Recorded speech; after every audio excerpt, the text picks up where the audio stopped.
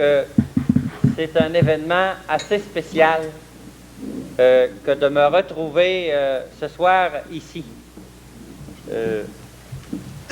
D'abord, je ne vous cache pas que l'Assemblée représente quand même certaines difficultés à mener parce que je n'étais pas au courant de l'ordre du jour et j'ai été appelé là, démocratiquement à présider cette Assemblée-là. Je vais le faire de mon mieux.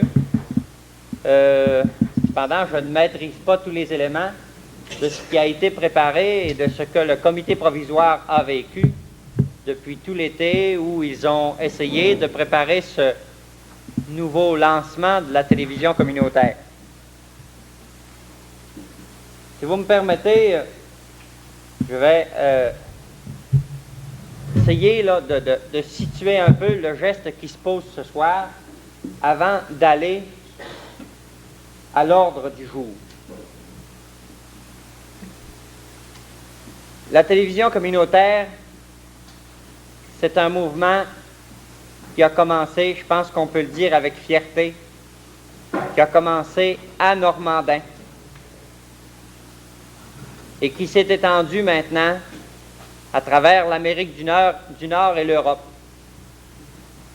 Il y avait des essais de télévision en circuit fermé qui avaient été vécus auparavant, mais là où s'est développé le début d'un concept de télévision communautaire, on peut en être fier, c'est à Normandin que ça s'est développé. D'aucuns savent que ça s'est développé assez proche de chez moi. J'en suis fier aussi d'avoir pu y contribuer dans le temps. Je n'apporterai pas plus de précision, les anciens artisans pourraient en dire davantage. Mais quand je vous dis que c'est un moment chargé un petit peu d'émotion, c'est que un soir de septembre en 1970, on a inauguré la première expérience, la première fabuleuse expérience de télévision communautaire, et j'ai eu à m'asseoir comme ça devant l'assistance et devant les nouvelles caméras de télévision communautaire, pour inaugurer ce mouvement-là de la télévision communautaire et cette grande expérience de la période intensive de télévision communautaire à Normandin.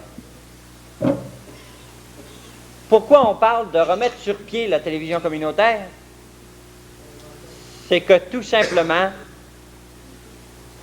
c'est difficile à faire vivre la télévision communautaire. La télévision communautaire, c'est pas un organisme d'argent puis de gros moyens financiers. La télévision communautaire, c'est une organisation de participation. C'est essentiellement, on aura probablement l'occasion de leur dire pendant la réunion, c'est essentiellement basé sur la participation des divers groupes d'un milieu, des divers composants, des divers habitants d'un milieu. Et c'est beaucoup un organisme et un instrument de bénévolat. Dans un milieu à forte population, on peut espérer avoir beaucoup de ressources, comme les artisans que vous voyez autour qui œuvrent à se faire des signes, puis à essayer de filmer le mieux possible, puis de mettre le meilleur son possible, puis d'avoir tout préparé ça avant. Plus le milieu est gros, plus la population est forte, plus il y a des artisans, plus on peut trouver des moyens à travers le bénévolat, à travers les petits pécules, pour faire fonctionner une télévision communautaire. Mais on s'est vite rendu compte à Normandin que le milieu était vraiment petit, peu nombreux. Et les places où ça a réussi à fonctionner, après nous, ont été des places où la population était plus importante, ou encore des places où la population était en plus grand nombre rejoindre. Normandin vit le handicap que c'est un milieu d'agriculture, et le milieu d'agriculture, il veut traditionnellement que les gens vivent dispersés dans des rangs. Il y a une forte population, une plus forte population qui vit maintenant dans la ville, dans le noyau central de la ville de Normandin, mais il y a encore une très forte population dans les rangs de Normandin, et tous ces gens-là ne peuvent pas être rejoints puisque la télévision communautaire, ça fonctionne sur un câble, le câble noir qui aboutit à votre télévision pour ceux qui sont abonnés au câble de Normandin ici. Alors, ça limite le nombre de gens qu'on atteint. Je termine donc en disant ça. Une relance aujourd'hui, ça veut essayer de recommencer la télévision communautaire. Une télévision qui va avoir à se définir, une télévision qui va avoir à essayer de prouver aux gens qu'elle est un instrument pour eux, une télévision qui va avoir à essayer d'amener le public à y participer, une télévision qui va avoir à faire la preuve qu'elle est un moyen de communication, mais de vraie communication entre les gens. Et je finis là-dessus. Parler ce soir de faire dans Normandin une télévision communautaire qui sera un moyen de communication, c'est de parler de quelque chose de pas facile à réaliser. Puisqu'on vit dans une ère où il y a énormément de moyens de communication, les gens en sont saturés. Saturés au point que vous allez inviter beaucoup de monde à des réunions, ça met un moyen de communication sur des réunions, puis les gens, ils sont charriés dans des tas de réunions le même soir, puis vous atteignez peu de monde à la fois. Ou bien, une autre forme de communication qui sature les gens, c'est d'avoir des tas de documents qu'on peut leur passer, soit par le journal écrit, soit par la télévision. L'appareil est ouvert, le son passe dans la maison, les gens l'écoutent de façon distraite, ils savent qu'il a été question de ça, ils n'ont pas approfondi l'affaire parce qu'ils s'en dit tellement que ça entre par une oreille puis ça sort par l'autre. Faire une télévision communautaire qui va être un vrai moyen de communication, c'est faire une télévision qui va engager l'intérêt des gens puis le goût de participer. C'est un défi que le milieu se donne, que les artisans vont essayer de relever. Ce n'est pas une nouvelle télévision communautaire, je finis avec ça. La télévision communautaire de Normandin existait à partir d'une charte, et c'est la même charte que les nouveaux artisans veulent essayer de prendre. En jouant le rôle de présider l'Assemblée ce soir, je veux jouer le rôle d'aider à transmettre à d'autres les efforts que nous-mêmes nous avons faits et les moyens qui sont restés pour essayer de faire, si elle se peut, une télévision communautaire.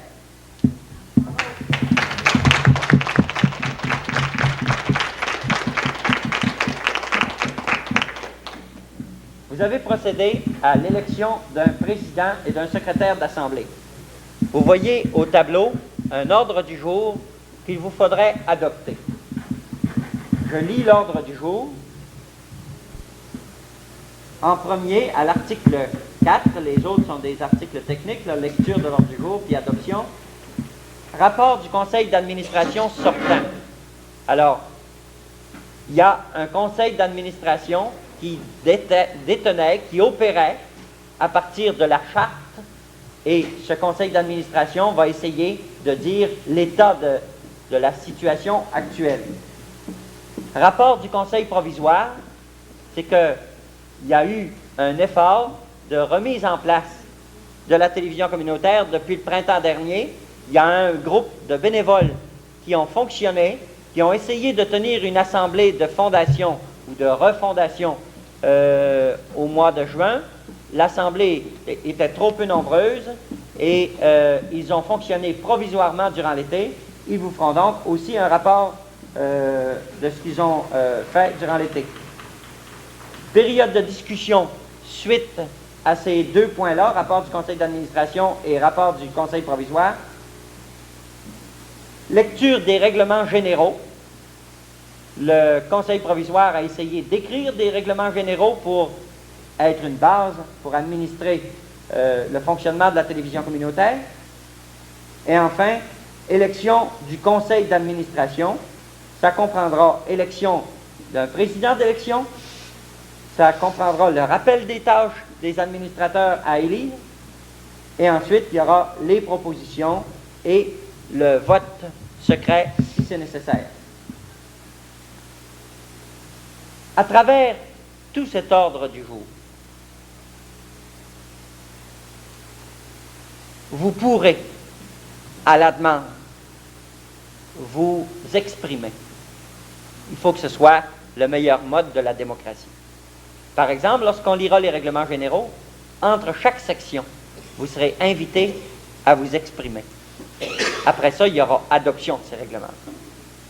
Si à un moment donné, des éléments ne sont pas clairs dans le fonctionnement, nous allons essayer, ce sera notre rôle à Louis-Marie et à moi, nous allons essayer d'être attentifs à clarifier, à faire clarifier ce qui ne sera pas clair pour vous.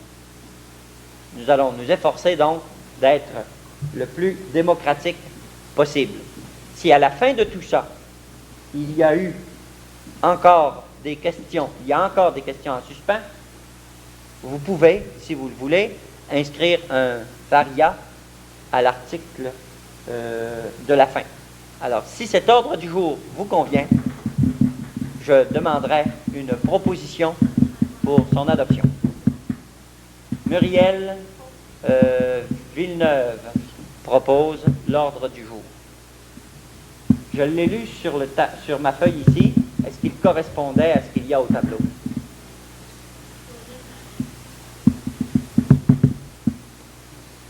C'est ça?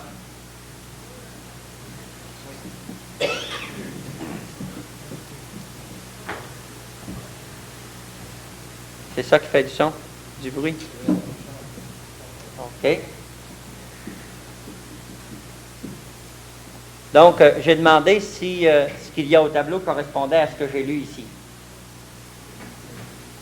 Oui, il n'y a pas de problème. Est-ce qu'il y a quelqu'un qui appuie la proposition de Muriel Pinchot? Bon, j'ai vu Ginette Gingras auparavant. Alors, j'ai une proposition en main. Discussion là-dessus? Alors, je demande si tous les gens sont d'accord avec la proposition d'adopter l'ordre du jour tel qu'il apparaît là.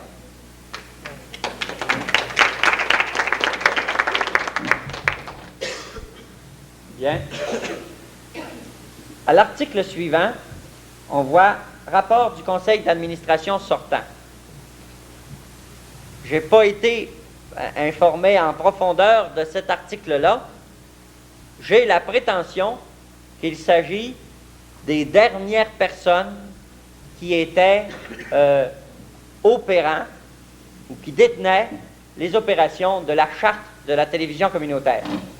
Si c'est ça que les membres du conseil provisoire entendaient, ces personnes-là, c'était M. Simard de Saint-Edmond, M. Auguste Simard de Saint-Edmond, M. Jean-Marc Paradis de Saint-Thomas et moi-même de Normandin. Alors, c'est ces trois personnes-là qui étaient les derniers détenteurs opérants là, de la charte de la télévision communautaire.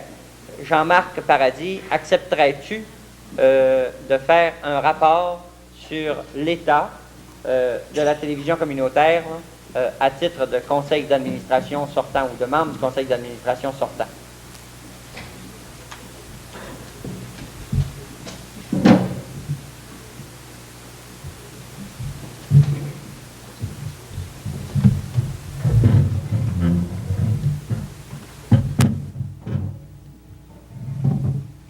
Suite à ce que M. Bélanger vous a dit tout à l'heure, je saisis bien qu'il a parlé d'artisans.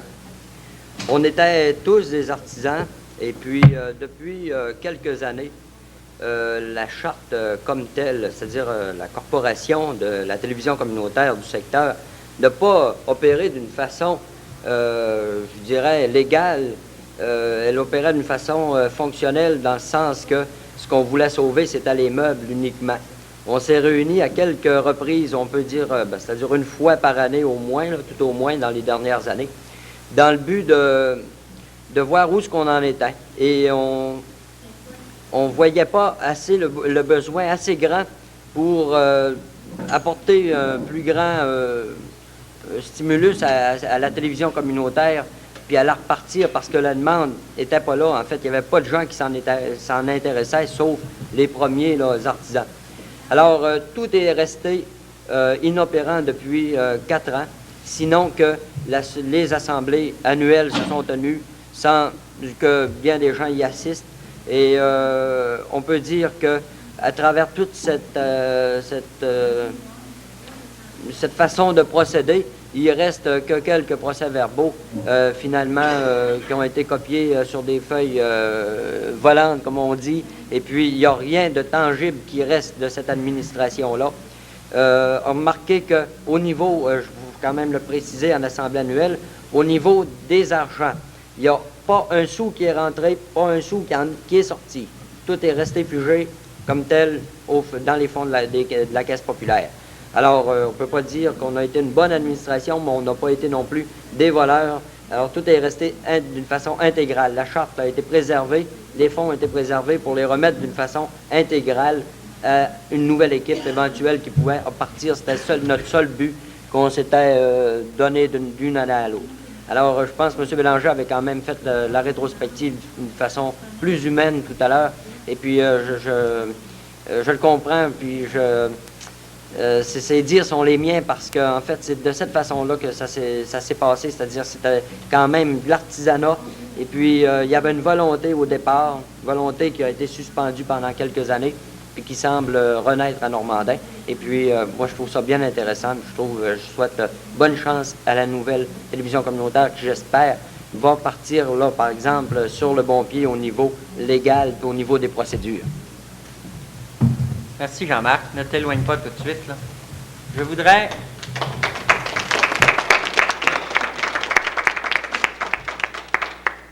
préciser quelques points. Par exemple, la charte de la télévision communautaire, c'est la charte de la télévision communautaire du secteur de Normandin. Jean-Marc Paradis, qui est ici, est de Saint-Thomas. L'ancien président, le président sortant, Auguste Simard, est de Saint-Edmond. Moi, je suis de Normandin. Ça vous manifeste déjà qu'elle opérait avec des gens de l'ensemble du secteur, d'une part. Cependant, seulement 3 localités sont câblées, détiennent l'installation d'un câble, c'est-à-dire Normandin, Girardville et Saint-Thomas. Alors, vous comprenez la difficulté de faire une télévision communautaire, dans le temps en tout cas, télévision communautaire qui couvre tous ces milieux-là. On faisait des émissions ici, puis on partait à la course avec une demi-heure de délai, quand il n'y avait pas de glace, puis on se rendait vite au pied d'une tour à Saint-Thomas ou à Girardville pour brancher les appareils, puis s'assurer qu'ils ne soient pas trop refroidis, les remettre en marche, puis diffuser une émission avec une demi-heure, 1 heure ou 1 heure et demie de différé. Ça a été... faut le faire. C'est de la télévision à la course puis à distance. Bon, on a essayé de définir la télévision communautaire par la suite comme un moyen de communication et pas nécessairement juste un moyen pour faire des émissions. C'est pourquoi on a plutôt essayé de bâtir des documents. Documents qui pouvaient ensuite, à des moments choisis, être diffusés dans les milieux. La télévision communautaire devenait presque à ce moment-là un moyen portatif, un instrument, un matériel électronique portatif pour favoriser des communications entre des groupes ou pour apporter de meilleures informations à des groupes. Alors, ça a été à peu près les derniers types d'opérations de la télévision qui a vécu au cours de sa dernière année en 72-73 avec un projet Canada Travail sur des travaux de ce genre-là, c'était certaines analyses de milieu, certains documents de base, etc. Par exemple, une des dernières productions, ça avait été la préparation, suite à une enquête joliment bien faite, la préparation d'une base réclamant l'implantation d'un CLSC dans le milieu. C'est une des dernières productions, je pense, qui est sortie de la télévision communautaire là, vers 72-73. Il y avait eu évidemment aussi beaucoup de travail de fait avec les agriculteurs au moment où le programme agroforestier entrait ici dans le Normandin. Oui. Ça, c'était groupe vidéo. On appelait ça dans ce temps-là groupe vidéo, en fait, un peu comme vidéo, je me rappelle plus à Montréal. Vidéographe. Vidéographe à Montréal. Alors, de produire des documents puis de pas nécessairement les véhiculer directement sur le câble, ça, c'était du groupe vidéo. Alors, on se cataloguait un petit peu dans ce genre-là pour un certain temps. Mais je pense que tu avais... On va finir en essayant de dire un état matériel de la télévision communautaire qu'on lègue. Il existe des archives filmées de la télévision communautaire et des archives écrites. Alors, il y a un certain nombre de dossiers qui relatent, qui font état de divers moments d'opération de la télévision communautaire. Par exemple, j'ai dans ma serviette, je fouillais ça avant de quitter ce soir, j'ai dans ma serviette un rapport sur une démarche qui a été faite avec des ingénieurs et auprès du ministère des Transports fédéral à l'effet d'examiner la possibilité d'installer un émetteur de télévision qui couvrirait juste le secteur. Et avec ce moyen-là, on aurait pu, par exemple, rejoindre tout le monde. Les gens n'auraient pas eu besoin d'être câblés. On est allé aussi loin que on a détenu pendant un bout de temps un canal, le canal 10, qui était réservé aux fins spécifiques du secteur de Normandin par le ministère fédéral des Transports et Communications. Mais bien sûr que la chose n'a pas pu se réaliser parce que ça aurait pris des milliers de dollars. Puis c'est un instrument qui aurait demandé d'avoir des permanents. Puis bon, le milieu, on continue de le dire, il n'est pas très populeux. Puis on n'est pas riche à craquer. Bon, ce qui reste comme matériel aussi, bon, je vous ai dit, il y a des bandes enregistrées. En particulier, là, il y a les archives de toute la première période intensive de la télévision communautaire. C'est conservé. Il y a longtemps que je n'ai pas visionné de ces rubans-là. Je ne sais pas dans quel bon état ils sont. Ils ont quand même plus de 10 ans. Mais on s'est efforcé de les conserver comme on pouvait le mieux depuis ce temps-là. Ce qu'il y a aussi comme équipement, c'est un tout petit appareil pour produire images et sons. On appelle ça un appareil portatif. C'est une petite caméra portative et un petit magnétoscope qui peut fonctionner ou bien sur pile ou bien sur le courant régulier. Avec un certain nombre d'instruments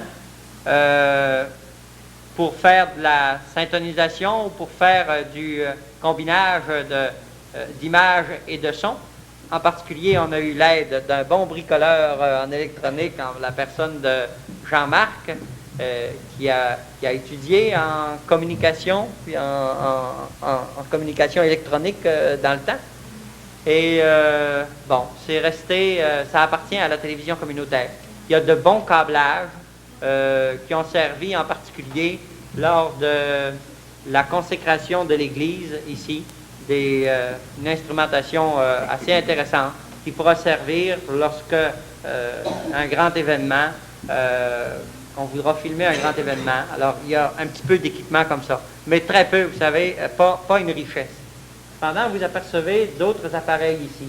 J'en vois un ici là, qui nous capte et qui est marqué Télé C13. Ce n'est pas un équipement qui est né ici à Normandin.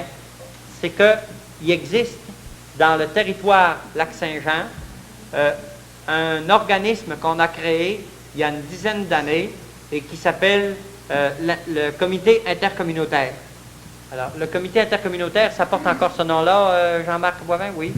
Bon, Marc, ouais, le comité intercommunautaire, on l'a créé à tous ces débuts-là, au moment où Saint-Félicien, ça a été le deuxième lieu, ça a été le lieu qui est venu nous voir faire de la télévision communautaire et qui a commencé à s'installer en télévision communautaire. Et eux, je leur rends hommage, ils ont réussi à continuer depuis 1971 sans interruption, avec toutes sortes de hauts et de bas, de difficultés, puis encore maintenant avec des difficultés.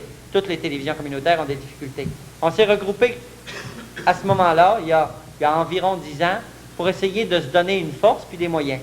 Et on a réussi à obtenir à l'intercommunautaire un certain nombre de subventions au cours des années qui ont permis d'acheter des équipements et d'en fournir aux divers milieux qui ont fait de la télévision communautaire.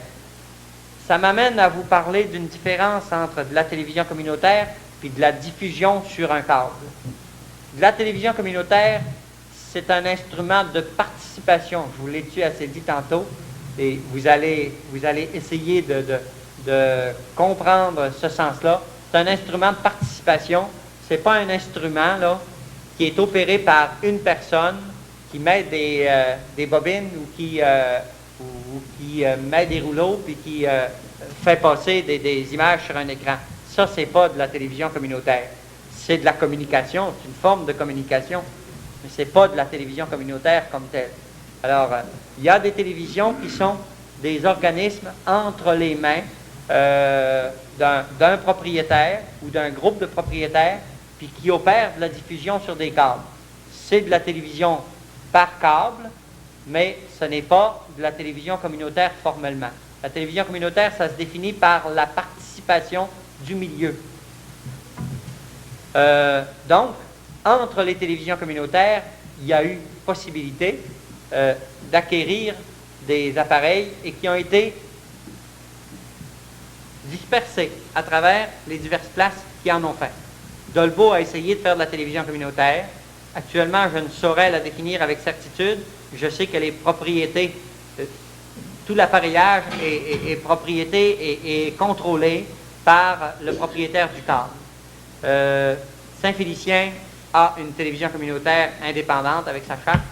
L'Adoré a une télévision communautaire véritable. Lac-Bouchette a une télévision communautaire. Roberval s'est formé une télévision communautaire. Et Normandin détient une charte de télévision communautaire.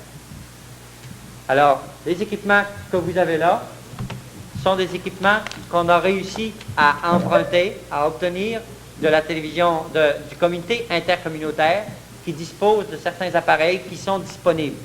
Vous savez que lorsque, par exemple, Roberval ou Saint-Félicien ou l'Adoré ont fait de la télévision pendant quelques années, ben bonjour, ils ont voulu améliorer leur affaire, ils ont essayé d'y mettre de la couleur. Alors, les appareils noirs et blancs qu'on a là ne leur servaient plus autant. Et pour nous, il va falloir qu'on trouve ça beau un bout de temps parce que la télévision en couleur, c'est du luxe. Voilà l'état matériel, assez clairement dit, là, de la propriété de la télévision communautaire. Et les argents, ce n'est pas des 100 piastres, c'est moins de 100 piastres. C'est ça? C'est une centaine de dollars à laquelle s'est rajouté quelques intérêts. Là, je n'ai pas eu le compte final, mais c'est une centaine de dollars qui devrait servir à justement repartir au niveau légal la télévision communautaire. Mais c'est parti de zéro, c'est parti de rien, et puis ça n'a jamais reculé comme tel, ni côté financier, ni du côté des artisans. Ça a monté tranquillement, puis je pense que c'est un bel exemple là, d'un organisme qui n'a rien coûté à la population, qui n'a rien coûté à chacun de ses artisans, sinon que du temps. Puis quand on croit à quelque chose, on peut mener quelque chose à bon terme, à bonne fin. Puis ça va continuer comme ça, je suis sûr, personnellement. Puis on n'a pas de reproche à se faire. On l'a maintenu, comme on dit, d'une façon boiteuse depuis quelques années, mais on ne l'a pas détruite. On n'a pas détruit l'image de la télévision communautaire. On l'a soutenu, tout simplement, pour que ce soit plus facile à reprendre que si on avait tout sabordé. Alors, c'était dans... Là, c'est la fin de mon intervention. Oui. En fait. Quand Jean-Marc dit qu'elle n'a pas coûté d'argent au public, là, dans le sens des deniers publics, c'est vrai. mais il faut rendre à chacun ce qui lui appartient. Les gens du milieu, les marchands en particulier, Oui. un certain nombre de bienfaiteurs du milieu ont fourni matériellement, soit directement en argent, soit autrement, pour aider à la télévision communautaire à vivre sa naissance à Normandin, qui a été une naissance à travers l'Amérique du Nord. Oui, c'était au tout début, c'est vrai, il faut le souligner, il y a eu quand même un apport de toute la population du côté financier. Mais je parlais surtout là, à partir du moment où la reprise a eu lieu, et puis et non de la semaine intensive. OK. Alors, merci Jean-Marc. On peut aller à l'ordre. Oui.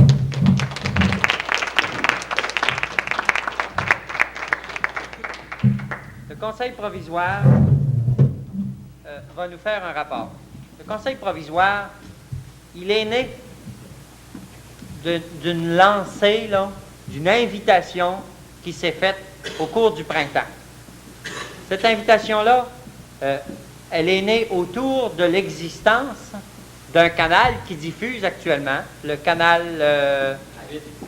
8, oui, qui diffuse actuellement des émissions de Radio-Québec. C'est une organisation qui est installée chez un particulier à Normandin et qui, je rends hommage à ce particulier-là parce que ça nécessite d'être présent tous les jours à la bonne heure pour pouvoir mettre en branle la diffusion des messages qui sont là et la diffusion des émissions. Alors, c'est une attache qui nécessite là, de garantir une présence, c'est assez important. C'est le propriétaire du câble, le nom du propriétaire, c'est maintenant. C'est M. Donaldson. La compagnie s'appelle Téléval. Bon, alors c'est Téléval qui est propriétaire du câble à Normandin. Et c'est Téléval qui a installé de l'équipement pour que soit diffusé sur un canal, actuellement le canal 8, donc on dit, que soit diffusé des émissions de Radio-Québec. Et il y a en plus un certain nombre de messages qui passent par le moyen d'un carrousel. Donc, bien délicatement, là, autour de cette première existence-là, au cours du printemps, il y a eu une invitation à examiner la possibilité de remettre sur pied une télévision communautaire.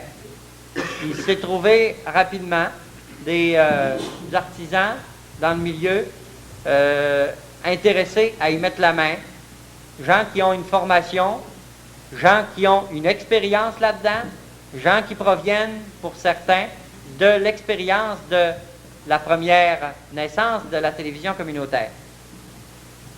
De tout ça, aujourd'hui, sans rien qualifier de plus, on en arrive à un autre canal, le canal 13, sur lequel diffuse le groupe d'artisans que vous rencontrez ce soir.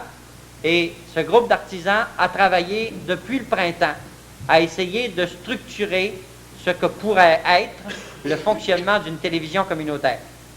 Je vous disais tout à l'heure, au mois de juin, il y a eu une réunion au sous-sol ici pour tenter de former un conseil d'administration. On a cru qu'il y avait trop peu de monde présent pour procéder à cette formation-là. On a recommandé à ce comité provisoire de fonctionner avec mandat de l'Assemblée qui était là, de fonctionner de façon provisoire et de se reprendre en automne pour créer le conseil d'administration de la télévision communautaire que vous êtes appelés à créer ce soir. Ce comité provisoire, donc, là, a fonctionné depuis ce temps-là et ce comité voudrait vous faire rapport. C'est Marc Boivin qui vient faire rapport au nom du conseil provisoire.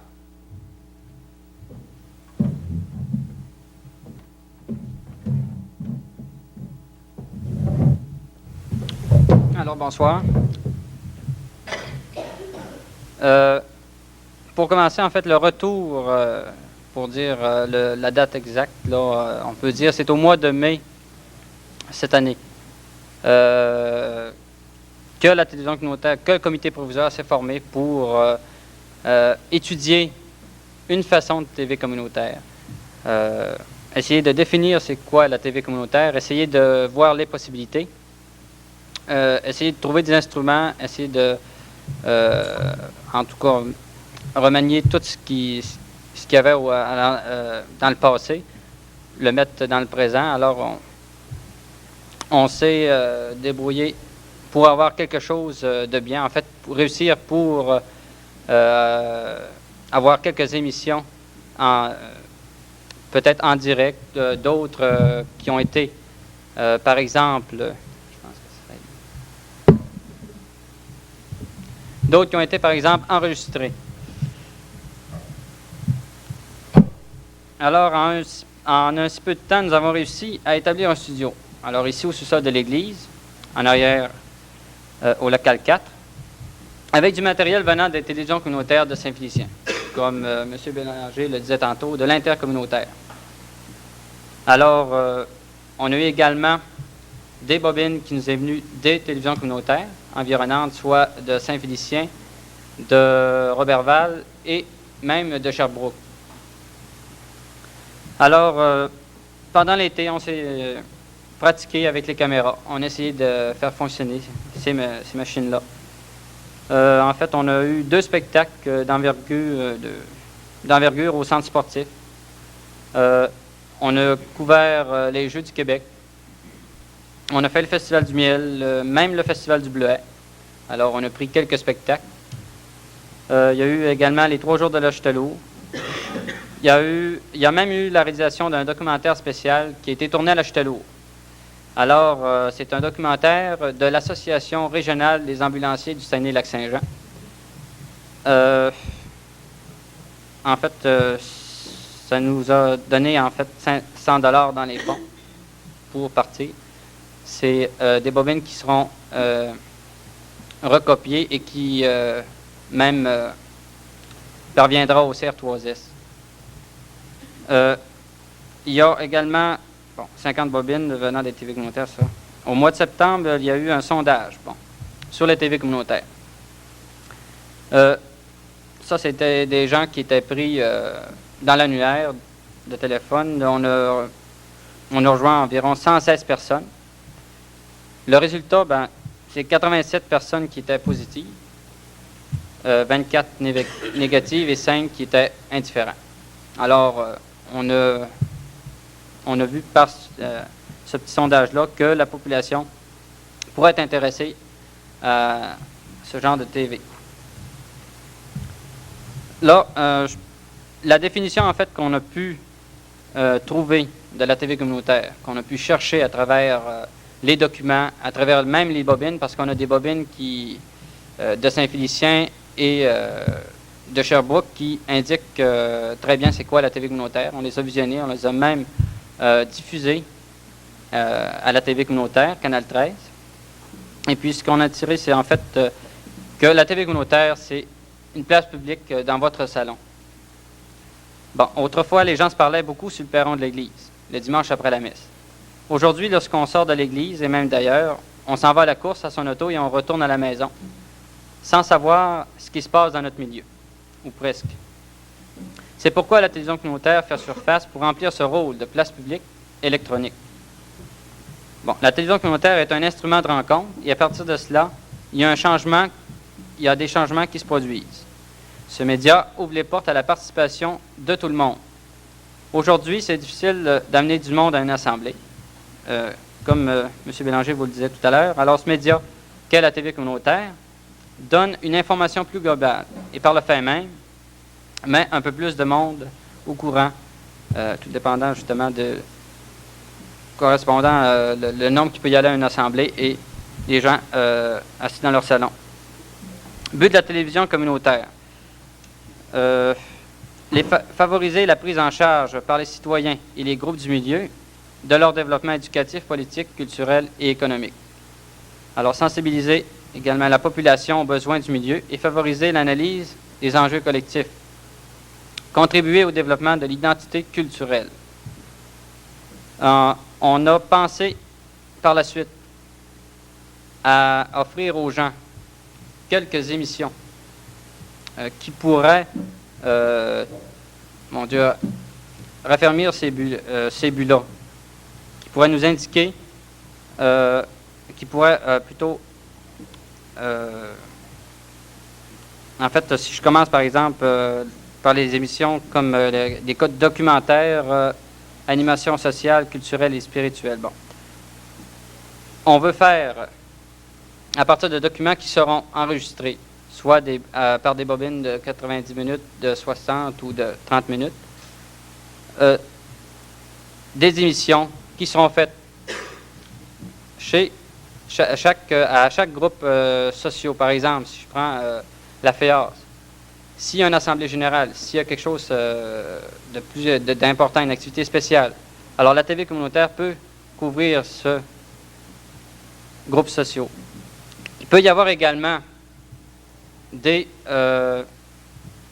par exemple des émissions qui sont faites spécialement pour expliquer un peu plus c'est quoi leur groupe social et puis toutes les autres choses qui s'en viennent alentour pour inciter les gens à venir dans ce groupe-là. Il y a également des émissions de variété. Si on prend par exemple, je donne par exemple les émissions qu'il y a à CJPM sur les heures du midi, là. Alors ça va comprendre le domaine social, politique, économique et même culturel. Il y a aussi des possibilités d'émissions sonores. Alors, on a pensé d'utiliser le canal comme un poste de radio FM, si on peut dire. Alors, étant donné qu'on a l'image, à ce moment-là, on met soit un poster ou la pochette de disque de la musique qui joue. Alors, c'est peut-être une émission d'une heure, d'une demi-heure, tout dépendant. C'est une possibilité. Alors, ça rentre dans les divertissements. Il y aura également des émissions qui pourraient être éducatives. Des émissions qui sont faites par des professeurs pour un secteur donné. On peut même parler de cours de cuisine, choses semblables. En fait, tout cela, ça serait par des bénévoles qui auraient suivi un certain entraînement parce qu'il faut savoir manier les instruments. Il faut savoir, pas seulement savoir comment les manier, mais bien les manier. Et puis, ayant également reçu certains règlements. Bon, un comité du nom de comité de surveillance a comme tâche de veiller à la survie et au bon fonctionnement de la TV, puis également de recruter des bénévoles. Parce qu'on sait qu'une télévision communautaire, c'est essentiellement des bénévoles. Alors, pour que la survie soit assurée, il nous fallait trouver une solution ou quelque chose qui pourrait nous donner continuellement un service de bénévoles. Alors, il y a un comité qui sera chargé à ce moment-là de voir au bon fonctionnement. Et puis,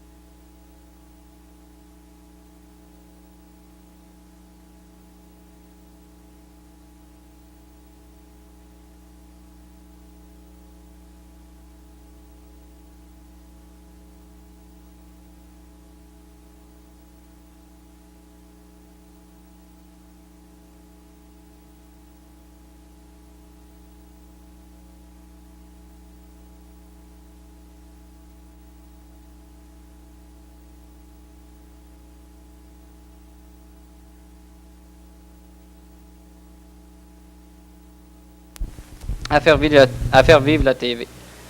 Il y a également des documents qui nous viennent du gouvernement du Québec qui nous indiquent c'est quoi une TV communautaire, parce qu'il y a eu une définition à partir de toutes les TV communautaires là, au niveau du gouvernement du Québec. Le groupement ROC et le groupement de l'intercommunautaire seraient intéressés, si la télévision communautaire fonctionne, d'avoir au moins un représentant à leur sein. Il y a pour le groupement ROC un certain déboursé. Et puis pour l'intercommunautaire, il n'y a rien de spécial. Pour le groupement ROC, une TV communautaire qui veut faire partie de ce groupement paie 300 $ par année. Alors, pour y adhérer. Alors, lors de cette assemblée, il y aura peut-être, je ne sais pas, ça n'a pas été indiqué dans l'ordre du jour. Je ne sais pas à quel endroit qu'on pourrait l'indiquer, là. Si on pourrait le rajouter dans les règlements généraux, peut-être. Le groupement ROC à Québec, au niveau de si on doit l'adhérer ou non. En fait, c'est un peu ça que le déroulement du mois de mai à venir jusqu'au mois de septembre. OK.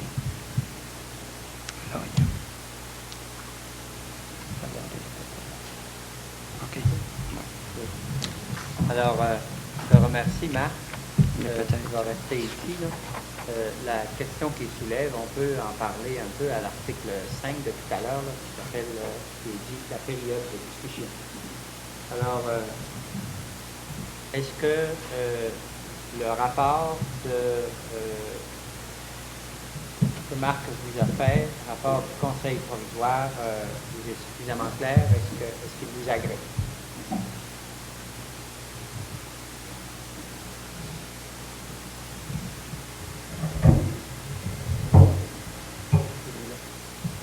Il y a Alain là, qui aurait quelque chose à dire.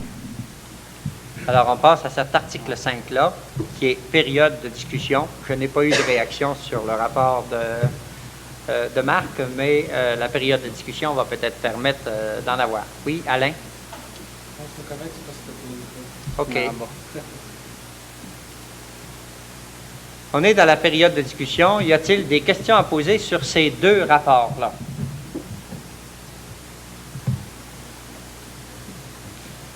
La question que soulève Marc, possibilité d'adhérer au groupe ROC. Le groupe ROC est un organisme provincial, donc, qui permet aux télévisions communautaires d'avoir un lien provincial. La difficulté que rencontre la télévision communautaire de Normandin serait, par exemple, les coûts pour y adhérer, puis les coûts pour participer à leurs réunions. Les coûts pour y adhérer sont très élevés, c'est de 200 $ annuels. 300 $. Et puis, ça entraînerait en plus des dépenses de déplacement lorsqu'on voudrait y aller. Je me demande si c'est à l'Assemblée générale d'en décider ou au conseil d'administration. Il apparaît clair qu'avec les gros moyens qu'on a, il va falloir fonctionner selon la mesure des moyens qu'on a. Alors, je ne sais pas si l'Assemblée veut il y a peut-être une chose là, que j'ai oublié de s'exprimer là-dessus. Étant donné que nous autres, par le fait même, Muriel et moi, on a été voir le groupement ROC à Québec par justement un addon, parce qu'on avait affaire dans le coin. Il y a eu, par exemple, la possibilité de s'arranger avec les autres à ce sujet-là. Il y a possibilité qu'on ne paie rien au début, ou peut-être un montant minimum de 50 $. Ça irait jusqu'à peut-être quelques années. De toute façon, les autres, ils n'iront pas couper le coût à une TV communautaire qui commence. Ça, je ne croirais pas. Puisqu'ils sont là pour les promotionner, ils sont là pour les aider à vivre. Ils sont au courant des problèmes des TV communautaires. Et ils sont au courant de tout ce que ça occasionne comme prix. Alors, je sais pas, il y a cette petite nuance-là. Dans les années prochaines, là, ça va être aussi élevé que ça. Alors, 100 $. si vous voulez vous exprimer sur la question que Marc a posée. Oui, M. Piquet. Qu'est-ce qu'il y a par la charte des honoraires? Le groupement ROC en tant que tel agit un peu comme surtout au niveau du gouvernement. Aide les organismes, les TV communautaires à recevoir des subventions, par exemple. Il y a d'autres possibilités. Il y a aussi, je pense que c'est un peu la même affaire que l'intercommunautaire au niveau des instruments. Là, parce que si on a eu un nombre assez extraordinaire de bobines de Sherbrooke, c'est grâce à l'intercommunautaire. Il y aura des possibilités, il y aura d'autres possibilités là, que je ne connais pas. Ça apparaît surtout pour le moment comme un organisme d'influence au niveau provincial, un organisme qui va donner un coup de pouce d'encouragement ou parfois un coup de pouce matériel à un groupe. Je ne pense pas que c'est un organisme qui va apporter directement à une télévision communautaire des argents, mais une télévision communautaire qui fonctionne peut avoir intérêt à se retrouver liée au groupement ROC. Je voudrais préciser aussi au niveau des bobines, là, même si ces bobines-là ont été à l'heure actuelle presque données, là, reste que par le mouvement ROC, on peut avoir des bobines dans un prix très minime à comparer à ce qu'ils peuvent coûter là, dans... Oui. Au lieu de coûter, par exemple, 15 $, là, ils peuvent nous coûter de 3 à 5 $. Mais il faudra calculer que si vous êtes obligé de payer 300 pièces pour obtenir ensuite des bobines avec une différence de 5 ou 6 pièces la bobine, vous allez acheter longtemps de bobines pour 300 pièces. Pour l'instant, on a Pour l'instant, on a beaucoup. Bon, alors c'est... moi, à mon avis, là, c'est... l'Assemblée n'a pas beaucoup la possibilité de se prononcer là-dessus. C'est une question de prudence de la part du conseil d'administration qui sera fondé de juger de la chose. Et c'est une grande question de prudence et c'est aussi une question de ne pas s'embarquer dans des choses qui peuvent être coûteuses alors qu'on part avec rien, avec pas de moyens financiers. Alors, ça sera au conseil d'administration de juger de ces possibilités. Y a-t-il d'autres questions sur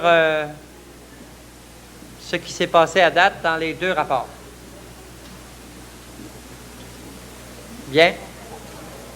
On en viendrait à l'article 6, qui est lecture des règlements généraux. Je vous avoue que j'ai peur d'entreprendre cette opération-là, puisque ça représente 8 pages de texte serré. Je ne vois pas trop comment vous pourriez faire autrement si vous voulez prendre connaissance des règlements qu'on va vous demander à l'article 7 d'adopter. C'est ou bien de les lire, ou bien quoi à part ça. Alors, êtes-vous prêt à une lecture qui peut représenter, si on va vite, là, au-delà d'un quart d'heure de lecture? M. Paradis avait à s'exprimer? Moi, je pense qu'au départ, des règlements, la charte a ses règlements. Je pense que le principal, c'est que ça fonctionne. Puis, on forge un petit peu au cours de la prochaine année là, des bases. On a des bases au départ, c'est par la charte, là, on en forge d'autres.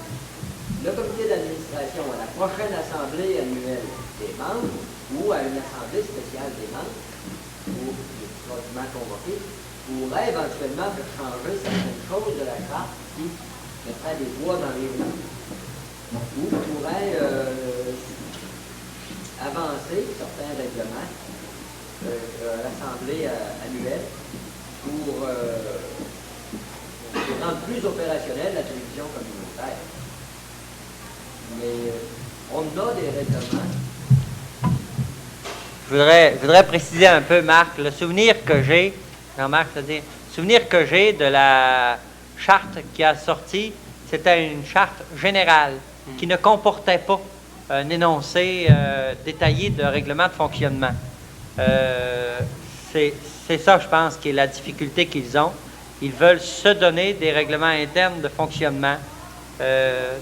La charte, à ce que je me souviens, ne comportait pas en elle-même de règlement. Il était dit que la corporation se donne ses règlements. Bon. Alors, on n'a pas le choix pour adopter des règlements tout à l'heure. Ben, il faut les entendre. Il faut qu'ils nous les lisent. Alors, ça, c'est la première possibilité. La deuxième possibilité, ce serait que, au lieu qu'un conseil provisoire nous dépose des règlements ce soir, ce serait que la corporation qui sera formée, le nouveau conseil d'administration, lors d'une prochaine assemblée, propose des règlements à une assemblée. Ça reviendra à la même chose. Il faudra encore se réunir pour les étudier. Alors, la question est à l'Assemblée. Voulez-vous qu'on procède à la lecture des règlements avant leur adoption? Et en disant ça, je commence à être conscient que les sièges se sont éclaircis un peu, là. La deuxième possibilité. Pardon? Concrète la deuxième possibilité à une autre réunion. À une autre réunion, toi? On n'en sortira pas. Bon. Moi, je trouve qu'on ne connaît pas assez le roulement de ça pour faire une idée et dire c'est les gens qui vont être en place qui vont savoir quoi faire. Ben, ça, en fait, les règlements généraux donnent donne en fait c'est quoi l'Assemblée générale, dit en fait la tâche, donne la tâche des administrateurs, etc. Il y a des choses bien précises qu'on pense que c'est l'Assemblée qui a droit de parole. On pense que l'Assemblée a vraiment droit de parole là-dessus. Monsieur Gilbert. On ne devrait pas faire un débat de 15 minutes, plus un autre 15 minutes de lecture, ça me fera une demi-heure. Mais est-ce qu'un conseil provisoire peut établir des règlements et les faire adopter avec un conseil permanent soit élu? C'est vraiment le type de question que j'ai posé tantôt. J'ai pensé à ça tout à l'heure, Marc. C'est qu'il me semble que c'est la corporation ou le conseil permanent qui doit adopter une proposition de règlement puis la proposer à l'Assemblée. Il me semble que c'est une procédure plus normale. Ça entraînerait qu'à ce moment-là, on allégerait le fonctionnement de ce soir, puis il y aurait une autre Assemblée qui serait juste pour ça. Parce que le problème, c'est que si on adopte des règlements comme ça, puis que le conseil permanent veut les modifier, on doit pas revenir l'an prochain quand même et les relire au complet. Alors, j'estime qu'il serait préférable d'attendre le conseil permanent, puis revoir ça l'an prochain à l'Assemblée générale. Oui. Je serai d'accord à ces suggestions-là aussi. Vous seriez d'accord à ça aussi? Bon. J'en vais une proposition. Alors, M. Gilles Gilbert propose que le conseil d'administration qui sera formé prépare des règlements et les propose pour adoption à une prochaine assemblée de la télévision communautaire.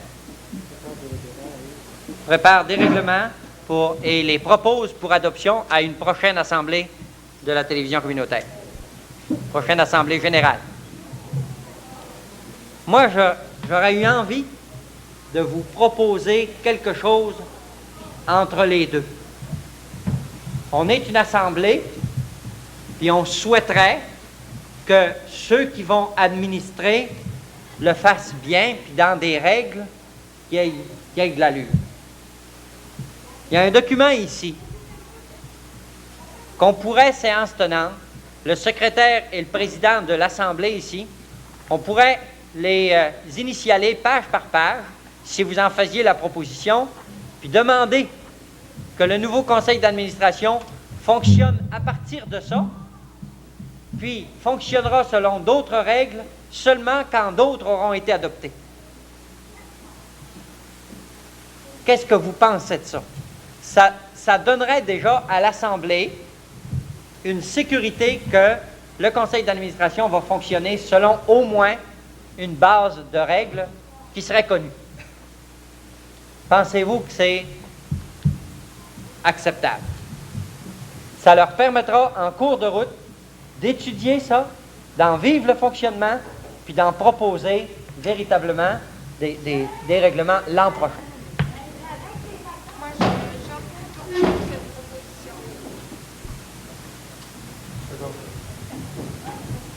Est-ce que tu as compris le sens de la proposition? Oui. Marielle, puis c'est secondé par Alain. C'est ça, Alain Grenon. Est-ce que vous comprenez bien cette procédure-là, puis est-ce qu'elle vous agrée?